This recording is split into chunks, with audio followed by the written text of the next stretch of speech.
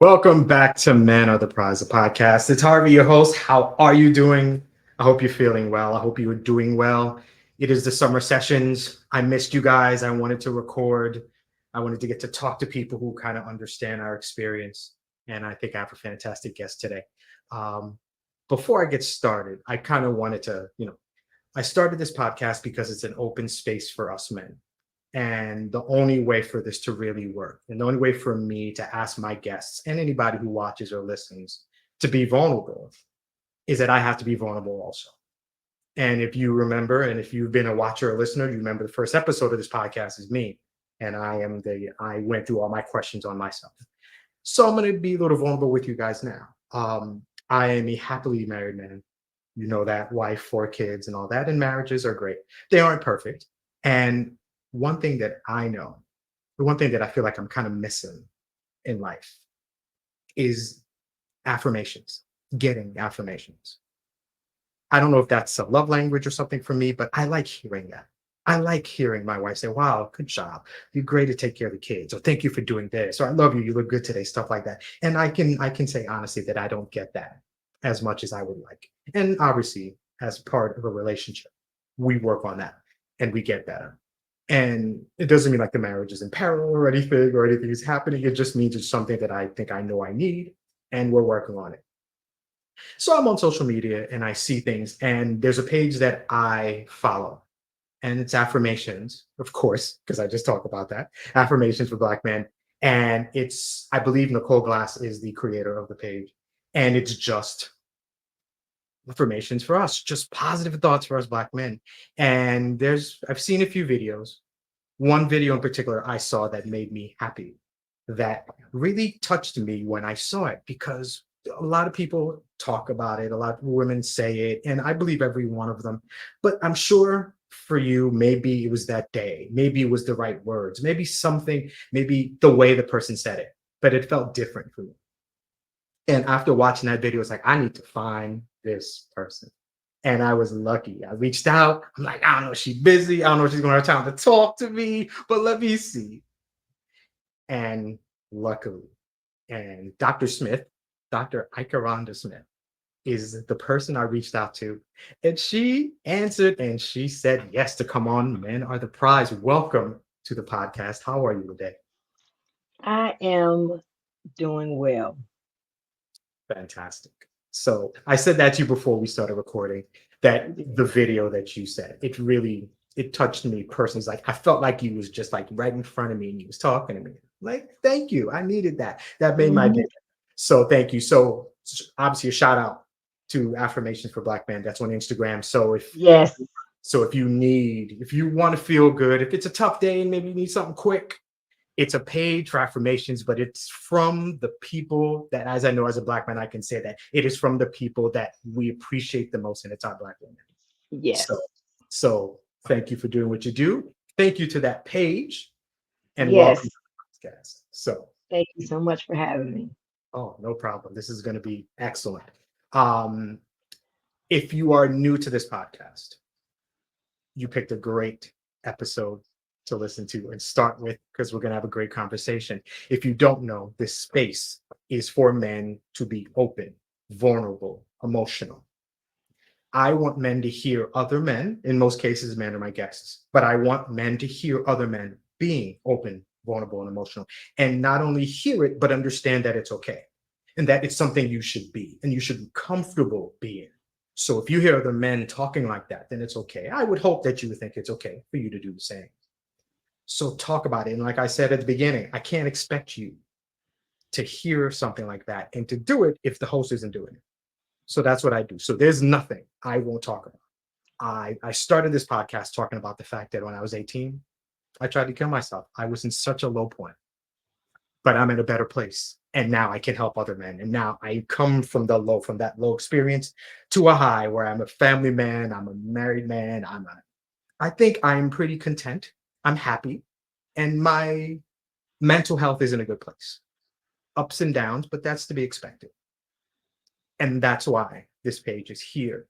And let's get started. And as usual, if you've listened and if you haven't, this is paper. This is a bio. I love me a good bio. I love a good bio. So let's sit back and let's learn about the doctor. Dr. Smith is a compassionate life coach. I love that, by the way, and professor focused on serving humanity through efforts that build and strengthen communities by fostering healthier relationships. As an educator, she creates spaces for scholars to excel as global thought leaders by infusing theories that transform environments by teaching innovative ways to integrate psychology in traditional settings. As a life coach, she believes in helping people transform their lives by living more authentically. Dr. Smith is focused on efforts to establish safer spaces that foster a sense of collaborative care with others. As a queer Black woman, she is committed to creating spaces that promote safety and healing for individuals who identify as LGBTQIA. Dr. Smith's areas of interest include gender equity, the predictive measures that class has on educational outcomes, examining family dynamics and the efforts of intergenerational trauma, and exploring the underrepresentation of African American in various spaces. Hmm, breathe.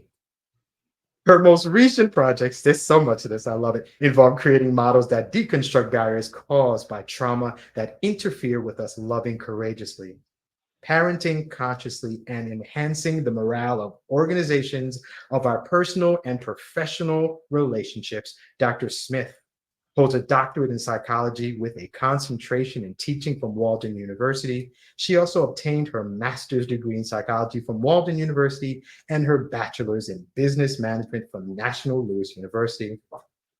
She continues to serve her community through her active role as a member of the Alpha Kappa Alpha Sorority Incorporated and as a mentor to the late Gen Zers and early millennials.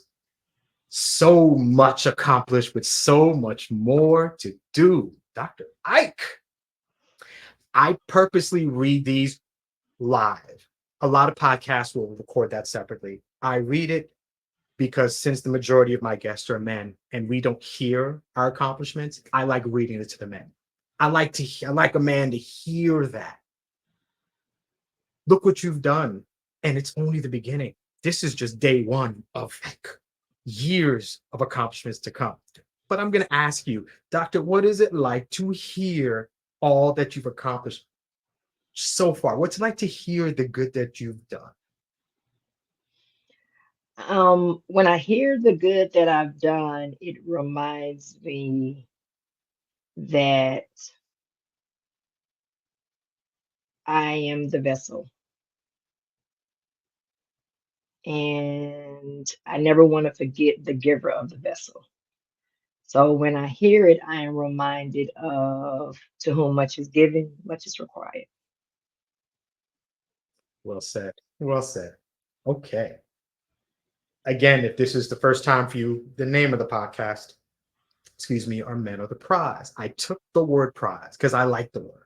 And I Hmm. think it represents the good in everyone. But Hmm. obviously, men are the topic or the subject of this podcast. For the letters in the word prize represent characteristics that I think are good ones for men to have. But we're going to talk to Dr. Ike and see if we can get a professional kind of representation or answers about them. The first letter in the word prize, the letter is P and the word is purpose. Reason for which something is done or created or for which something exists. As a Black man, it feels like it's been ingrained in me that my purpose is to take care of others, that my purpose is to make sure my kids are taken care of, that my wife, my friends, my employer are taken care of. I never hear taking care of me in that purpose. That's never taught to me. So, as a professional, why is that a problem for Black men in particular? It is a problem. And let me just start off by saying it was interesting when I saw your title of your podcast. And because I have an intimate relationship with men, and I know we'll get into that on your podcast. Um, I knew that your reason, I felt that your reason for starting this podcast, because it was something that was underrepresented. It was a need. It was a gap to be filled. And why purpose, right, is attached to men having to protect and care about others, why it is so problematic is because it it makes the man invisible.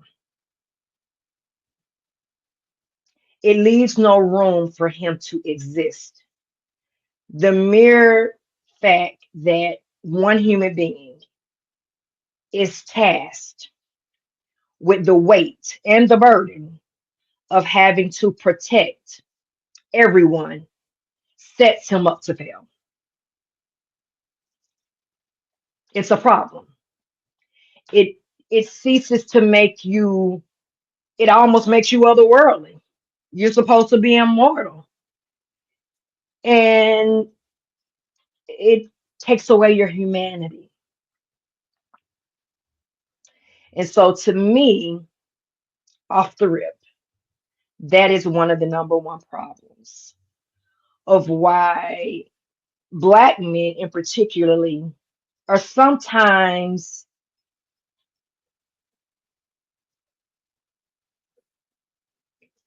conflicted about their places in certain spaces, in particularly the home, because there is this backdrop of don't be too loud, don't be too angry, oh, don't be too sensitive, but be sensitive, be romantic, be spontaneous, be strong, but don't be weak, but be tender. And for a man who most of them are very logical,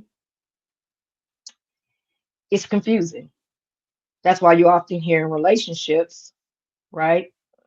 Where I see couples and I hear men say all the time, I don't know what she wants. I don't know. I don't know. I feel like I do one thing and then the goal line changes. And it's not because this man is not capable of understanding. It is that he isn't given the same space and the same grace as the woman. That's why me having boys and girls as children, I raise them equitably. Because to say that my daughter needs love is to now say that my son needs it too. But we live in a patriarchal society. And it says that my girl has to be, you know, tender, soft, but my son has to be strong. He has to be a protector. I don't agree with that. It sets men up to fail. And it's a good majority of the problem of why in Black relationships that there's a disconnect between the man feeling seen. Mm. So true. So true. Which and I tend to not on this podcast. I try to stay away from relationships and stuff. I try to focus on Hmm. the man, talk about the mental health and his thing, but Hmm. it's part of our lives. It's sexuality, who I'm gonna be with, and whether that person loves me the right way, and fatherhood. So these relationships come about, and there is that confusion is there. Do you want me to be this? But if I'm too much of this, then I'm that. But I'm trying to be what you said. But if I'm not doing it exactly the way you said, then and there's a level of like that I don't know where I am. I don't know how involved I'm supposed to be in this part. You're supposed to do exactly this. I'm expected to do this. Okay, but I did it. But that's not the way I wanted you to do it. So it's not only do this, but do it this way. So you're right, this invisibility type of thing where it doesn't feel like it's coming from me. It feels like it's from a script as Yes. opposed to coming from me. Okay, I want you to do this. I want you to bring me flowers. I want you to do this, blah, blah, blah, whatever. Okay, but then you brought me flowers, but you didn't bring me flowers because You wanted to bring me flowers. You brought me flowers because I told you to bring me flowers. I wanted you to bring them because I wanted you to want to bring it. Like, what? I, yeah, I don't get that. I don't understand that. So then we become automatons. Then you lose the soul of that relationship. You lose the Yeah. soul of that man because you took it from him. Because now it's I'm being this guy. Yeah.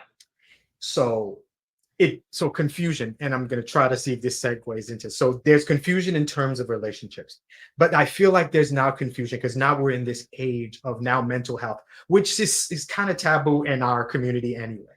But Yes. then we got it with men. Now we're black men. Now we're talking about mental health. Now we're like, man, we got black men talking about, you know what? I don't like the way you make me feel. Blah blah blah blah. Mm. Like that. So, can you talk about why now, all of a sudden, it seems like it's been thrust upon us? Mental health is being talked about. But is the problem that now it's being thrown at us? So, we're almost like, what is this? Or the fact that we didn't do it in the first place? Is the timing the bad problem, or the problem we didn't do it at all? Which one do you, and I think they both are, but what do you think is the real, like, common denominator? I think you hit it on the nail. You hit the head on the nail. It's because we didn't do it in the first place. But if I would go even further, we didn't know that we needed to do it, right? Right. So if you don't know that you need to do it, you suffer way longer than had you known that you needed it. And so, you know, in my space, we're seeing that no one has recovered from COVID. Like we have moved outside of the world, like we're back outside, but um, mentally people are delayed. And we're talking about men. So you're taking men, you isolate them in houses with people by themselves, right? Because men by nature oftentimes don't have spaces even with their friends in order to really be authentic. It's always this, how you doing? I'm good, I'm fine, but are you really? And a little fun fact, um, men are more apt to commit suicide than women. By far. Women are more apt to be depressed. Men are more apt to take their life. So Mhm. what that tells us automatically is that women will get in a slump, but we are by nature going to lean on our friends. Whereas a man, because of that very thing that you started off with, feeling like he has to be the protector, will never feel like he can count on someone because he is expected to be the protector. So if I'm expected to be the one that everyone looks up to, I cannot break. And so during COVID, people broke. They unraveled. Mhm. And we are now in a place where we're giving men permission to feel. And that's a great thing. But people are unaccustomed to it. So, on one hand, we're glad to hear it. But on another hand, it's like you're too noisy, right? Mhm. And it Mhm. goes back to what you said. We should have been doing this in the first place, and we didn't know we should have been doing it. So true. So true. So I talk to a lot of men. I coach like you do, and I talk to black men. And suicide was one of the things that kind of got me into this. Also, obviously, my kind of struggle with it for a while, but I talked to a lot of men, and I think it really hit me when the holidays came in. I'm a product of divorced parents, and one thing I realized talking to men, and specifically men, and I would talk to men and I'm like, you know what? So it's Thanksgiving. And you know what? The parents are divorced. And in most cases, the kids are with mom, because that's pretty much the way it always goes. And more than once, I would talk to men and it's Thanksgiving. And like, I don't know what to do right now. Because usually maybe me and the wife, and maybe we're going, it's Black Friday, and maybe we're doing Christmas shopping, but now we're not doing that. Maybe I'm getting the tree, maybe I'm going to buy the Christmas tree, or maybe I'm getting the tree out of the attic and taking it down. But now I'm not doing that. Now I'm just here with my thoughts and nothing else. Mm. And in the holidays, you have a lot of men who are by themselves. And there's a lot of this talk about we're in this lonely age because a lot of men don't have friends and we're kind of by ourselves. And this is when these numbers go up because it's, am I a good father? Am I a good husband? Am I the reason we got divorced? Did she ever love me? All this stuff comes up. And then what you have is a bunch of men with their thoughts and nobody else to talk to about it. And the irony is that there's so many men to talk about it with. The guy next door probably knows exactly what you're going through. But since we don't talk, We insulated. I got it here. I'm a bad man. I'm a bad husband. I'm a bad father. I'm a bad employee. I'm a bad friend. And if there's a 5-minute conversation with the guy next door who would be like, no, you're not. You got divorced. It happens. Your kids love you. It happens. You are my friend. I love you. Things happen. But we're so kind of stuck in this that we don't talk about what we feel like, that the answer is ending our lives to get away from that pain. When I talk to men, a lot of times I say, listen, talk to your friend, but don't make that conversation. Don't make that call. Like you kind of said, how you doing? I'm good. Make the long call. He says he's fine. Really? Are you? How are you doing? What's good? And I make them and I'm like, talk. Extend that conversation because sometimes that's what a man needs. Just a little poke him in that back. You sure you good? Because if you're not, it's okay too. And I think that kind of leads to the next letter in the word prize. It's R, and the word is resilience. The capacity to recover quickly from difficulties and toughness. I feel like a lot of people live, and in cases, in times, in situations, they have to be resilient. I think Black men live a resilient life. We have to be resilient all the time, not just when stuff happens, because I feel like for Black men, stuff is always happening. What do you have a thought about resilience, and how is that in terms of the coaching or in teaching or anything for it? So, resilient, I think, is a good word, but I also think it can be a very problematic word for Black men in particular because it almost insinuates that, and in particular for Black men, for other men, not so much, but for Black men, it almost insinuates that you're expected to come back. You're expected to. You're expected to recover. You're expected to get over something. And for me, I like the word, instead of resilience, I like the word recover, actually, repair. Um, because what it says is that something is happening and we need to be sensitive to it. And it leaves space for, I keep going back to a man's humanity because that's really what's under attack is a man's humanity. And so repair says that I need to check in on you. And I don't need to put this undue expectation of you to immediately bounce back. Because let's say that you're experiencing some kind of grief. I need for you to come back well. And I don't want to put a limitation on it based on you being resilient and expected to come back and protect because that's just what the world expects of you. I need you here. I need you well. I need you at home. I need you with the kids. I need you with me. You are much more valuable to me here in your best self than you are not here. So I like repair and recover better than resilience. I like that. I like that. I'm about to change that. All these episodes are really going to be using the wrong word. That's excellent. And I like that because I use the analogy, and everybody does. You know, you're on a plane, pull your mask down before you can help everybody else, and I think that fits. And I wonder, I'll ask you about this and what your thought about this. I think the word, when I talk to a lot of men, a word that eventually comes up is selfish, and the way it comes up is this. Let's just say, in a lot of cases, I'm a Black man and I'm working. Wife is at home. Maybe she's working. Maybe she's with the kids and that type of thing. But it's a struggle at the house because them kids are being them kids. They're being crazy and it's hard. And maybe what she's waiting for, maybe that relief is me. Maybe Mhm. me coming home is what she's waiting for because she's just hanging on by a string, by thread. And he comes home and everything will be better. He'll give me a break. We can handle these kids together, that type of thing. And then the other side of it is this man who's working, who's out in the world doing what he can. and maybe he's at a job where he's unappreciated. Maybe he doesn't get the promotion or the respect that he expects, and it's been that kind of day, and he's on his way home knowing that he's going to be helping, but also that day he needed some time for himself. And I'll say to men, like, I know it'll be someday. And it feels like for us men, that day that I feel like I really need time for me is the day or the time that home really needed me.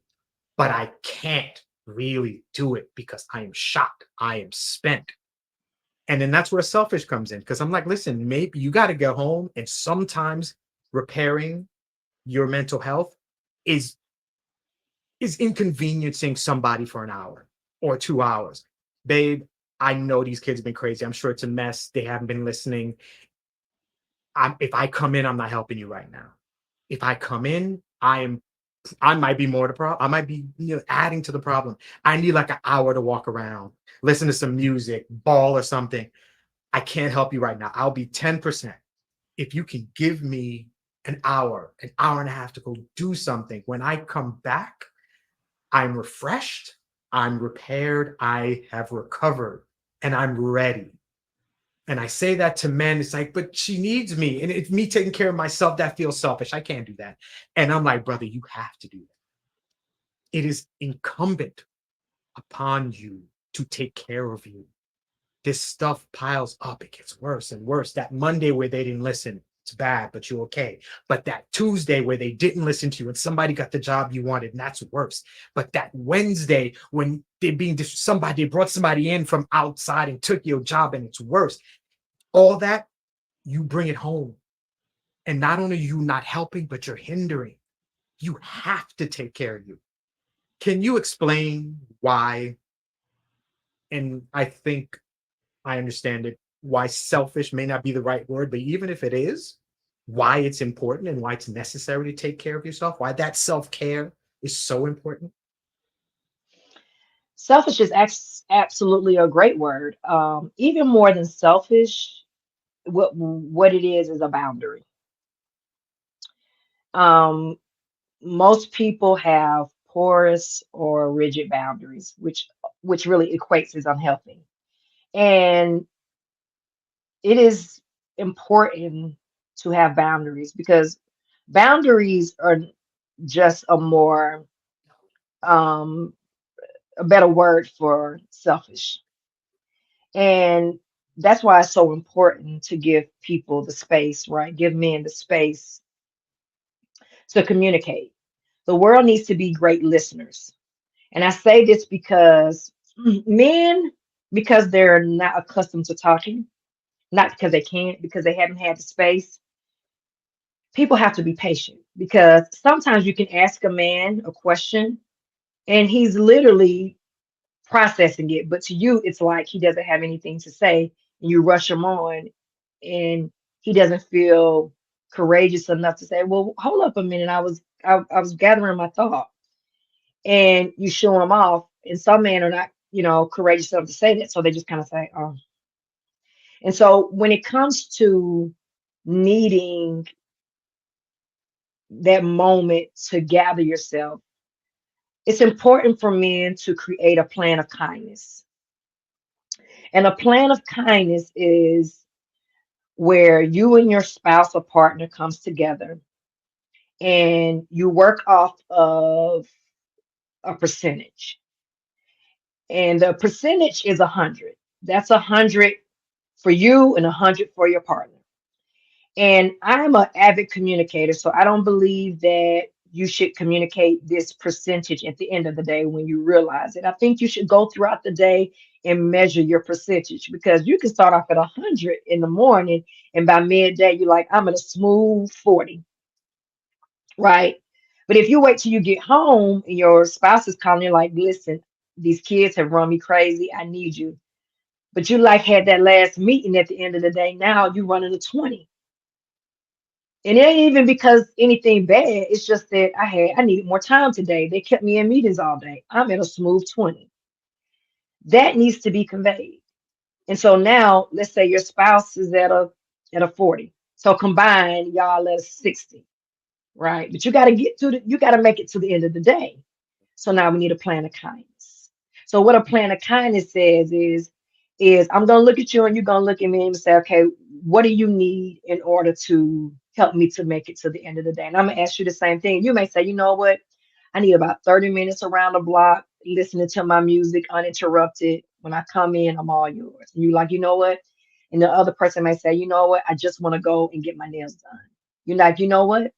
You go first. You go and do your 30-minute walk because mine probably going to take a little bit longer. You go get your walk. You go get your nail. Boom. We got a plan of kindness. And now we're going to coast to bedtime. And we're going to think that we made it and start over next day. I like that a lot. I like that. I've kind of had to combat the word selfish and to get these guys to say, listen, if selfish is the word that kind of fits in a situation, then you know what? Be it. Yeah, You got to do it. You have to do it. You have to be you in every situation, and you can't be you if you're struggling to find yourself because of the day or the situation or the time or the people that are around you or the way the world is treating you. And I think it's why, and I can say this as a husband to a Black woman, she gets it. And I think when you're with people who get it, it's okay. It's like, I got you. It was that kind of day. It was that kind of day. This is just, it comes to me. And one man when I was talking to, and there is a lot to the whole people who are similar. Black people, we get it. We understand our experience. And I was talking to him, and he's like, you know what? I have a therapist that I love now, but it took me like 4 or 5 to find the right one. And the first one, he was a good therapist, but he just had one problem. And he told me the story, and I got it. He didn't have to explain it. He's going to meet him for the first time. He's driving there. He was a little bit late. He got there, sat in there, and he's like, I apologize. It's a Black man I'm speaking to. And he said the first therapist that he was going to see was a white man. He got there. I'm sorry, late. I apologize. I'm driving there. And on the way there was a cop behind me, and he was hanging behind me the whole time. And I was so nervous. I didn't know what was going to happen. The therapist was like, wow, why? What were you nervous about? What's going on? And he's like, at that moment, cool. I'm sure you're really good at what you do. You're just not good for me. yes, I'm like, I feel you because I'm like, if I was a therapist, like at that moment, I'd have been like, I got you. My question wouldn't have been questioning what you said. It would have been, are you good? You okay? Because I understand the experience. I understand that guy who's probably a really good therapist did not understand the fear that a Black man can have when he's behind the wheel of his car on a public road and now there's a cop behind him and he doesn't know what is about to go down because he exactly. has he doesn't have to worry about that. And I'm like, I see. I didn't get that until he said it. And I'm like, man, that's because if I was a therapist, I'd have got it. If you were his therapist, you would have got it. Absolutely. Like, and it's so important that I need somebody who understands the experience, who gets it. Yeah, And that's why these relationships work. When we get with people who look like us. absolutely. I'm married to a Black woman. I totally agree. And she understands the day. She She understands. knows the day.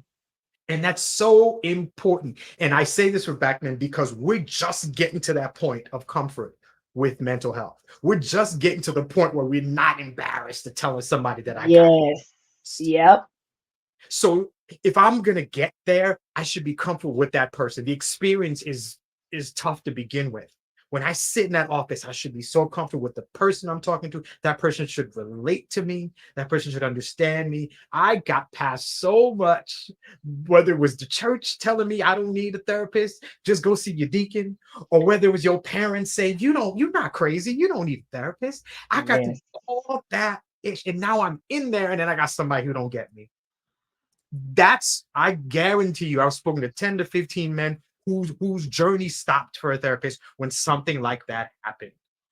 It's kind of off Absolutely. the point, but can you relay the importance of finding that good person, that good therapist, that person to listen to you? It's so essential because I think for so many men, they don't want to dump on their family. And it's very good that you have extraordinary wife who understands your lived experience. That's important, Yeah. you know. And a lot of men, they don't want to be, they don't want their home to be a container for everything. And I think that's healthy because some of your work is individual work.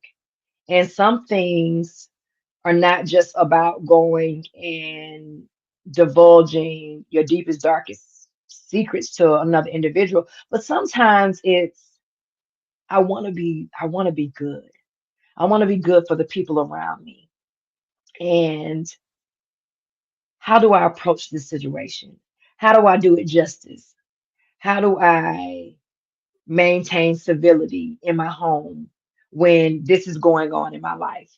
You know, how do I create a plan of action to let my family know that I'm in this season and this is what's going on? It's really sometimes for men to know how to be their best selves in the most gracious way. You know, when I think about men, I always use the same analogy. And when I use this analogy, I'm talking about the man that really gets to show up as his full self. When I picture a man, I picture them as an acrobat. When you think of an acrobat, they're so graceful, but they are so strong. But you never think about their strength when they're moving about the tightrope. You're only looking at just how beautiful and elegant and graceful they are. But when you take a step back, you're like, wow, what must they have took to go across that line? What must they have took to carry four people on your shoulder as you did that graceful move?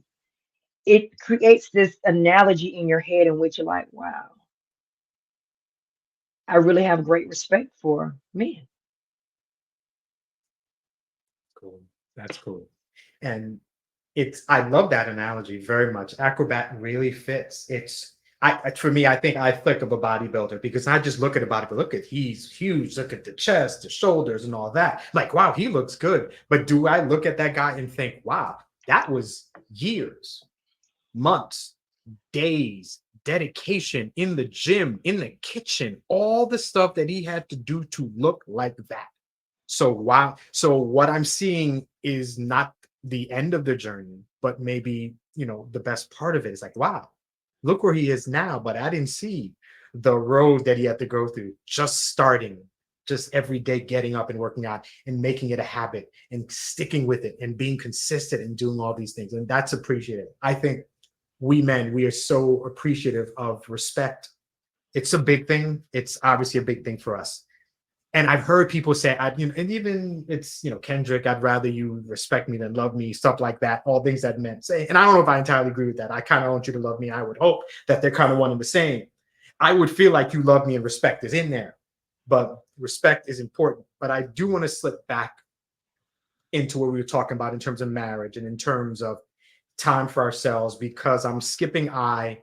Z is the next letter. The word is zeal, enthusiastic devotion.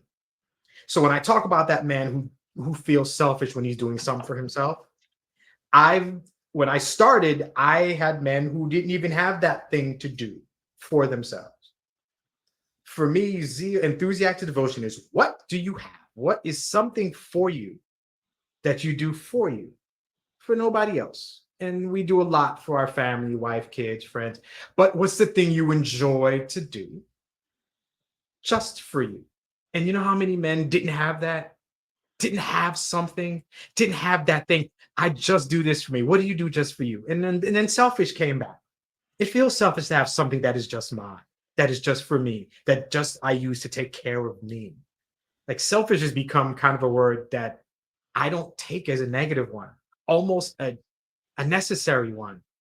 It's time to be selfish for yourself, bro. It's time to, yes, you can be selfish for yourself and in the most positive ways. You don't have to be. It doesn't have to be negative. It doesn't have to be like, I'm not purposely trying to hurt you, but I'm trying to help me type of thing. How important is it for men, and even men who don't have families or a partner or a relationship? How important is a man, period, to have something just for him that he does when the world is throwing this stress on his shoulders? How important is it for a man to have something that's his own?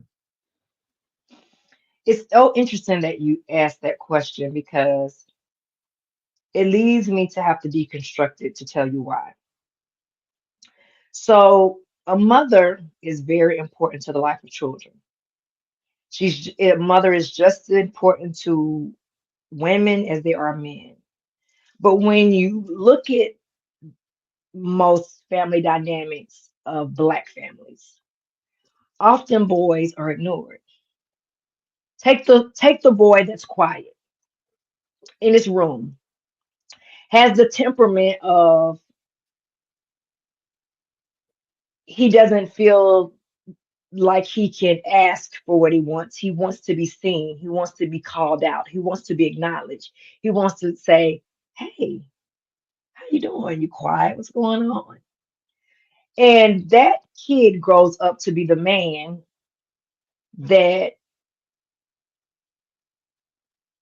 doesn't necessarily think that it is important to have things for himself, not because he doesn't want to. It's just that in our culture, the son that is quiet is often sometimes the son that is ignored. So now that you're a grown man, it's like, what do I like? Because oftentimes that young man is sometimes the container for a mother. And if that mother isn't well, isn't loved, isn't loved by the father of that child, she becomes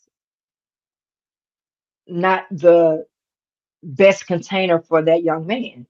So the sacred proximity becomes tainted.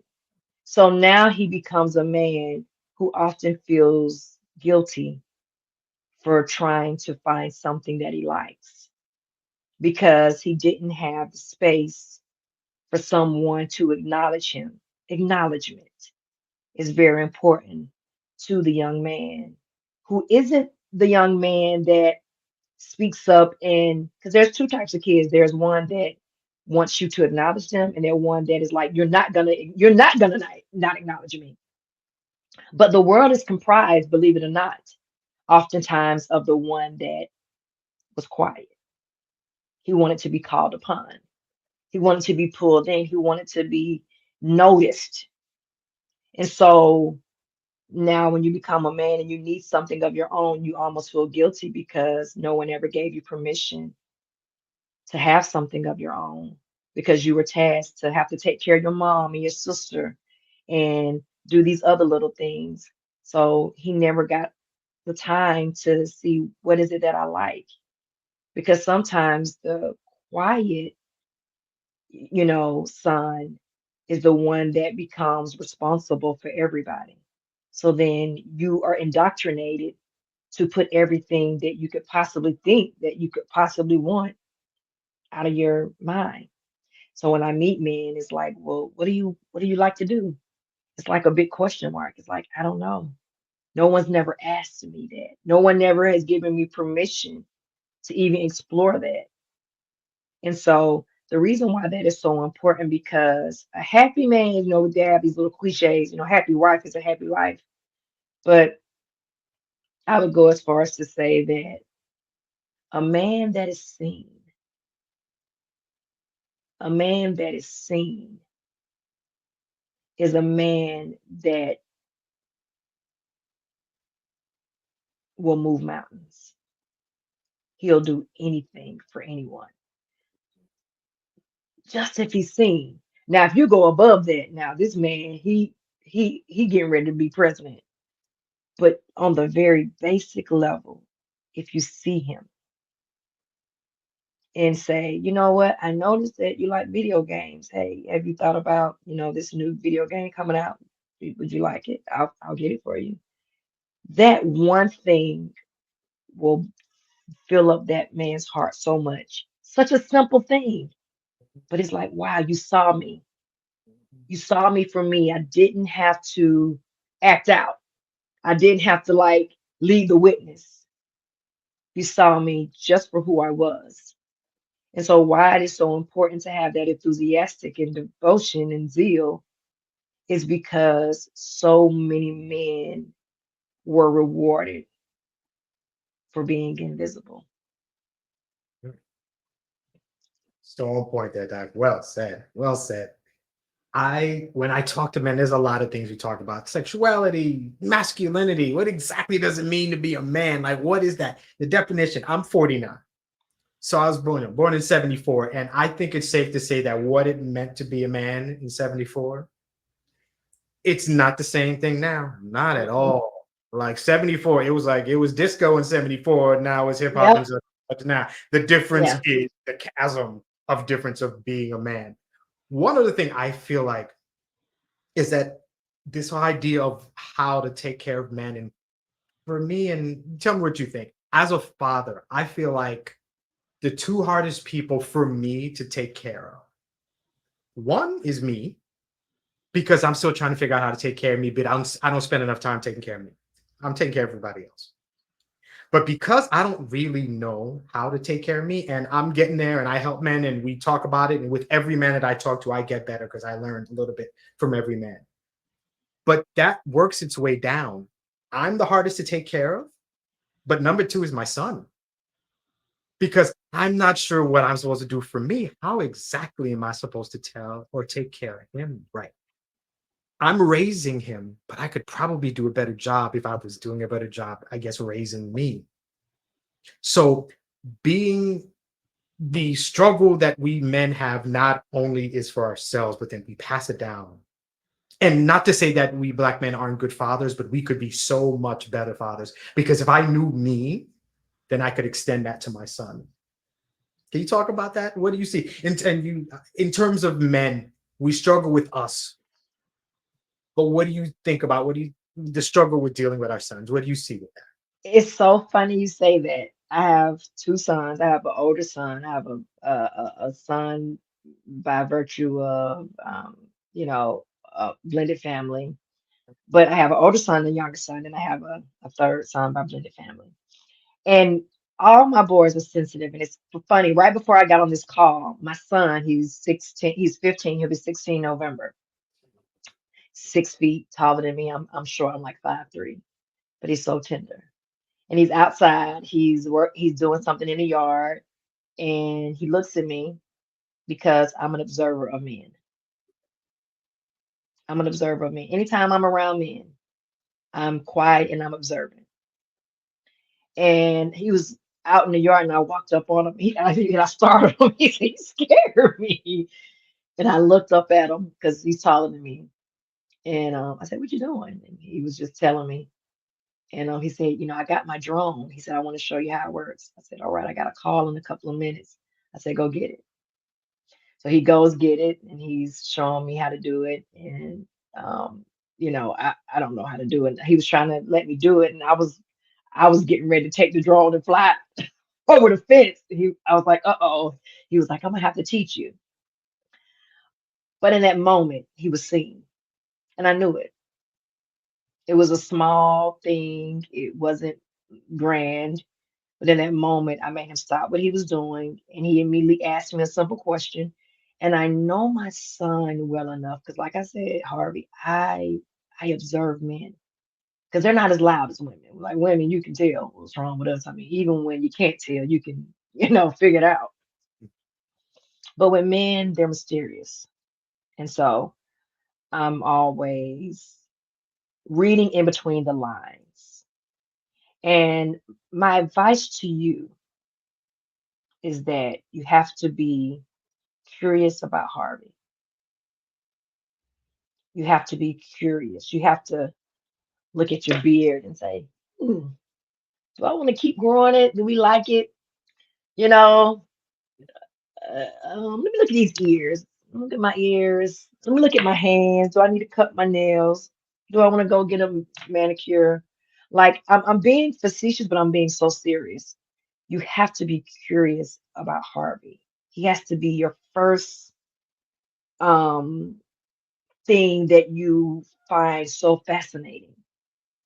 And then you have to take that template and you have to give it to your son. So just as much as you're curious about you, you have to watch your son. You have to watch the way he eats, the way he walks, when he's quiet, when he's agitated. You gotta watch. And when you find a moment that is something that you feel like is a moment where you can see him and you know that you can see him, he's gonna know that you're seeing him. You gotta take it. You gotta take it. Mhm. That's so true. I have a 20-year-old son who's 6 foot. He hovers me also, but he is the most tender is the right word. Like, and Yes. he's stepson. And first 2 years of his life, he was in bed with his mom all the time, hugged up. That like he was the center of her world. And he carried that throughout his life. So he's the type to hug you and just sit in your lap and he'll stay there. And he loves it. And I can honestly say it is just because that's not the way I grew up. My Yeah. dad is like that. So it's a continuous thing for me because it feels I have 3 daughters, and hugging my daughters is it Easy. it's easy. But this muscular boy who will sit there, head in my neck, and just like and it feels strange, but it's not. And I know that, but it's like it's a weird feeling. And there's some moments where it feels strange and I feel so bad and I feel like I pull away. And then there's times I'm like, I'll just snatch him up. And he's so happy and you can feel it. You say women can be loud and whatever, but with I think with men, I think when you're closer, you get it. And I like the fact that you're an observer of men. When you're up close with a man and if you've got a hold of him, I can almost feel stress come off of him. He relaxes. He needs that kind of intimacy, and I think intimacy sounds like a bad word, but it's not. No, It's connection it with is. my son, and I'm like, why does this feel so weird? And I'm getting better, and it used to not be a thing that I could do, but I can do it now. I'm like, I'll hug him, like, and he'll sit there, and we'll talk about nothing or not talk at all, and just sit there, and he's just good. And he's 20. He's always going to be. He's my only son, and he's going to be, and he's content in that. And I think that's one thing as fathers that we have to work on because we weren't raised, and I think a lot of us weren't raised like that. My dad No. wasn't the most hug, kiss type of thing. It's confrontational type of thing between Yeah. men and sons. So I'm working on building that, and I try to tell that to men too. For your son, we want to build them to be tough, but you don't need to be Yeah. tough all the time. No. He can be No. soft. He should have a space where he can feel comfortable, Absolutely. and it should be with dad. You can be a man and Absolutely. still be, yeah. And tell me about your day. Tell me what happened. What's the struggle? If you're gonna cry, cry about it. Whatever. And it's just emotion. Be however you need to be. And I think that's something we dads are working on Yeah. allowing our boys to be whatever they need to be, not what society says they're supposed to be, Yeah. but who you're supposed to be and however that works out. If you need a hug, if you need to cry about something, if you need to yell about something, if you need to talk about something, and it's a balancing act. I'm gonna have that. I've had that conversation with my 20-year-old about you driving and what happens when a cop pulls you over. I've had that conversation about it's easy to punch somebody. It's harder to pull back and walk away, but that's the thing to do. Yeah. We ingrain toughness and we don't ingrain emotional vulnerability, comfortable being yourself. Being in it's still a process. Yeah. The last letter in the word prize is E. The word is expectation. A strong belief that something will happen or be the case in the future. If I could ask this question to you, I get men who are still struggling with going and seeing a mental health specialist. And there's not one answer for this, but the best answer you can think of. if I finally decide I'm going to get mental health, and it's not because I think I'm crazy or sick, or but it's because I feel like I have stuff I need to talk about. What can I expect when I go and I talk to a mental health professional? Even more, what can you expect is what you have to look for. I think that we often put the expectation on the practitioner, but it's a it's a relationship. So just as much as you're seeking help, you have to also wonder and vet, like, is this the person for me? Like, what's your, like, why do you do what you do? You need to know where their heart posture is as it relates to your values, because you're going to be divulging a lot of things. So I think one of the most important things is to, um, in vetting the person that you're with, is finding out their heart posture and their beliefs on the things that you need help with. Because you cannot be safe and you cannot be honest and transparent if you don't feel like this is a space in which you can show up as your true self in all times. So, what you can expect is safety. Safety is important, not just from women, but from men too. I think even sometimes more for men because they run the risk of so many things being misconstrued just because of their gender. And I think it's important that there's a level of accountability that you have to expect. Because I think sometimes men worry about accountability, they struggle with it because sometimes it's been used inappropriately. So can men be accountable? Absolutely, but sometimes they've been made to feel like they've been gaslit in the area. I'll say that. So there's a certain level of accountability that has to take place, right?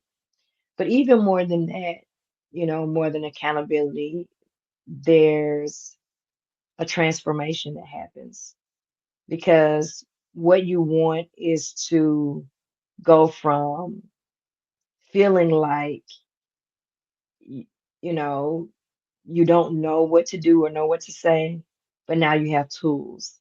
You want to feel empowered. You want to feel like you are now giving yourself permission to show up in the world and be seen, because oftentimes Black men, they shrink in spaces because they're always thinking about how they are perceived.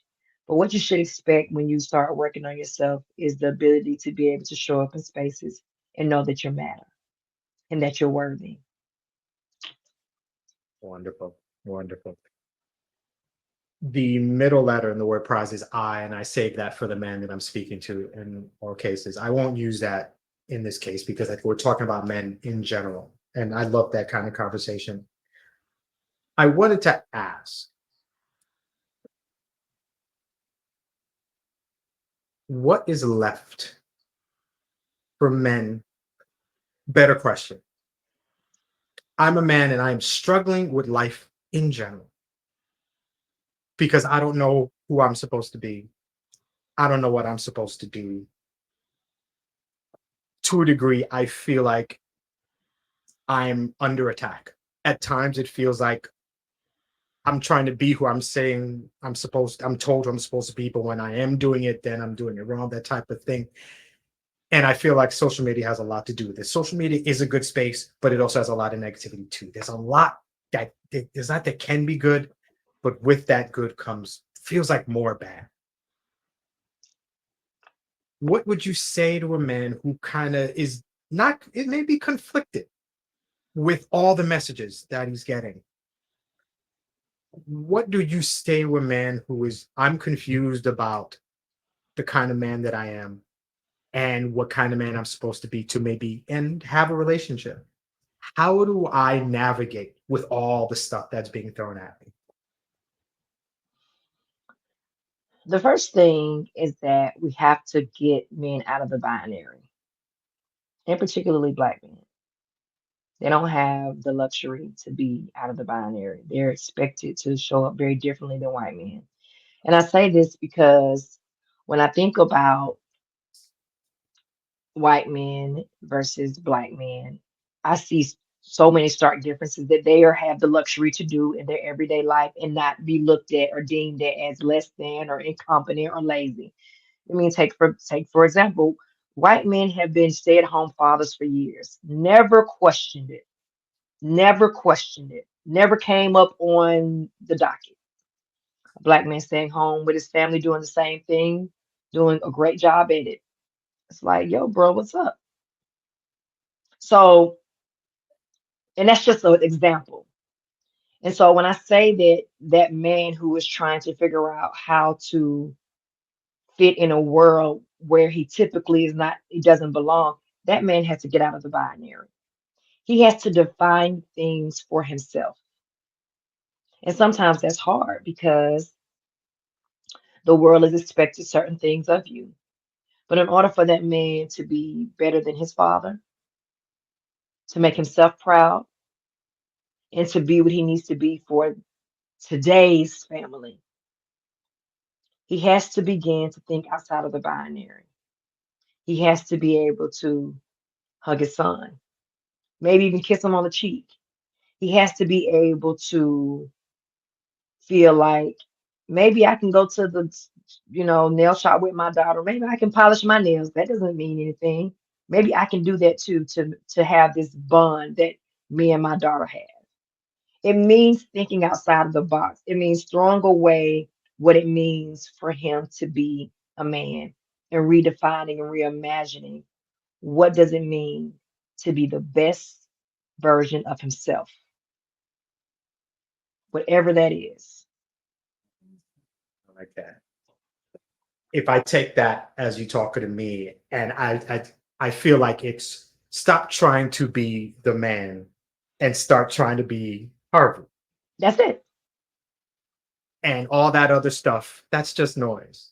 Do Noise. this, that, do that. But the best me will include all of the good that all these people are saying.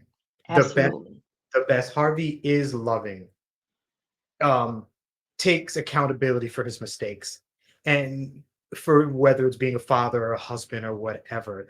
The best Harvey is the best. The best parts of Harvey makes this good, complete guy, and that's the best man there is. I tell you Yes. that. And I think that's.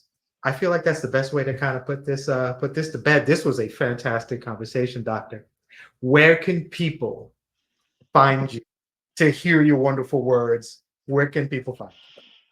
Where can people find me? Well, I'm on social media. I am on Instagram at just Ike in the Tribe. I'm on TikTok. It's Ikeranda Smith. I'm on YouTube at Growing with Dr. Ike, and I have my podcast, which is called If It Ain't Ike. So those are the places that you can find me. If you're watching, it's scrolling across the screen right now. If you're listening, it will be in the episode notes. Find this woman. These words, brothers, these are the words that we all need to hear. Thank you so much for talking with me. I so appreciate it. My day's better already for taking some time and speaking with you. Thank you so much for giving me of your time. I so appreciate it. Thank you so much and have a wonderful day. You too. Fantastic conversation. So good. So good. I hope you're having a wonderful day, and I hope this day enhanced it. I hope this conversation enhanced it. I want you to remember a few things. The world loves you. The world respects you. The world appreciates you. I want to end with this. I usually, you know what I usually say, but I want to talk about self care for a second. I talked about me and my relationship, and I talk about, the fact that I have a great wife and great family. One big thing with self care, and I say this to the men, a big part of self care is making sure that you choose the best people to be around you, which means you choose the right person in your relationship, spouse, partner, whatever. It is imperative upon you to choose the right person to love you, to be around you, to take care of you, to do all the best things for you. You find somebody who loves you and somebody that you can love. And it's great to love unconditionally unless the condition is you losing yourself. And we don't want to do that. Finally, have a great week. Have a great day. And never forget that you are the man and you are the prize. See you soon.